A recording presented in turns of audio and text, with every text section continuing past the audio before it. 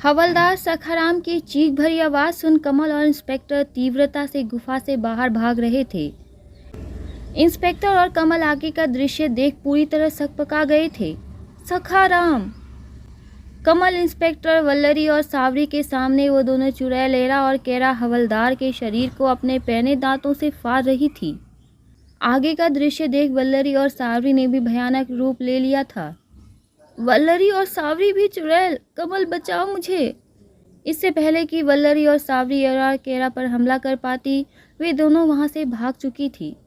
Inspector दृश्य से डरकर बेहोश होकर जमीन पर गिर गया था। कमल का घर।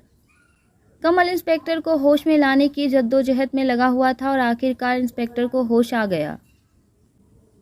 कमल, मुझे बताओ, ये सब क्या हो रहा है?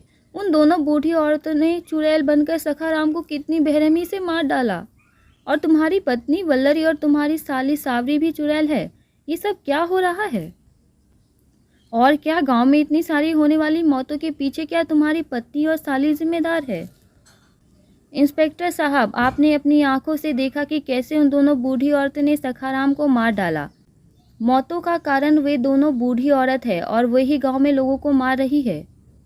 और तुम्हारी पत्नी और साली, वे दोनों चुड़ैल है, और तुमने इतनी बड़ी बात मुझसे छिपा कर रखी। जितना आसान आप इस बात को समझ रहे हैं इंस्पेक्टर साहब, दरअसल बात उतनी आसान नहीं है। वल्लरी और सावरी कोई चुड़ैल नहीं, बल्कि स्वर्ग की देवियां हैं, और इस कहानी को सुनने के लिए काफ़ी लंबा समय लग जाएगा। मैं सब सुनने के लिए तैयार हूँ कमल, तुम बस मुझे बताते जाओ। कमल इंस्पेक्टर को परत दर परत वल्लरी और सावरी की कहानी सुनाता जा रहा था, और उसी के साथ इंस्पेक्टर की आंखें और फैलती जा रही थी। और इस तरह देवेंद्र ने उन्हें सड़क से निष्कासित कर दिया, और फिर उन्हें यहाँ धरती पर आना पड़ा।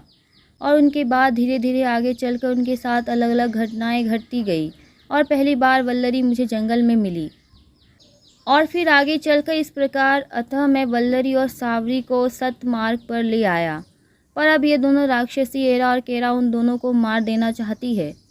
हमें उन दोनों बूढ़ी चुड़ैलों को ठिकाना लगाना होगा इंस्पेक्टर साहब, वरना वो दोनों डाइनें मेरे पूरे गांव को समाप्त कर देगी। पर कमल, हम इंसान उस राक्षसियों का मुकाबला कैसे कर सकते हैं? उनके पास सैकड़ों तांत्रिक शक्तियां हैं।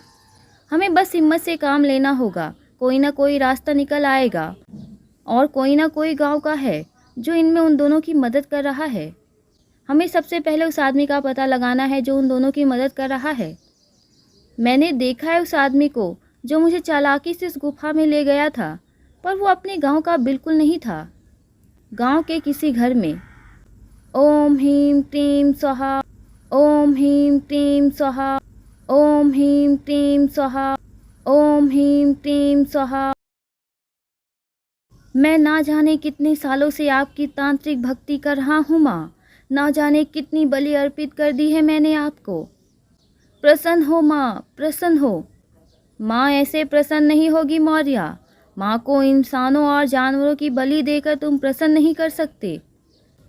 माँ को प्रसन्न करना है तो किसी दैवीय शक्ति से पूर्ण इंसानी शरीर की बलि देनी होगी।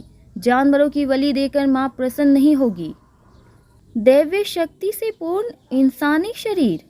पर ऐसी शक्ति से पूर्ण शरीर इस धरती पर कहाँ मिलेगा एरा और केरा?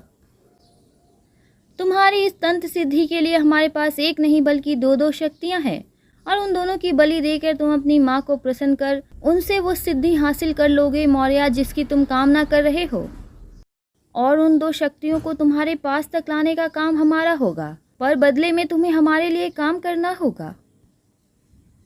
आखिर कौन है ये तांत्रिक, और कौन सा तूफान आने वाला है कमल के गांव में, जानेंगे अगले वीडियो में। कहानी पसंद आ रही है तो वीडियो को लाइक और चैनल को सब्सक्राइब करना ना भूलें।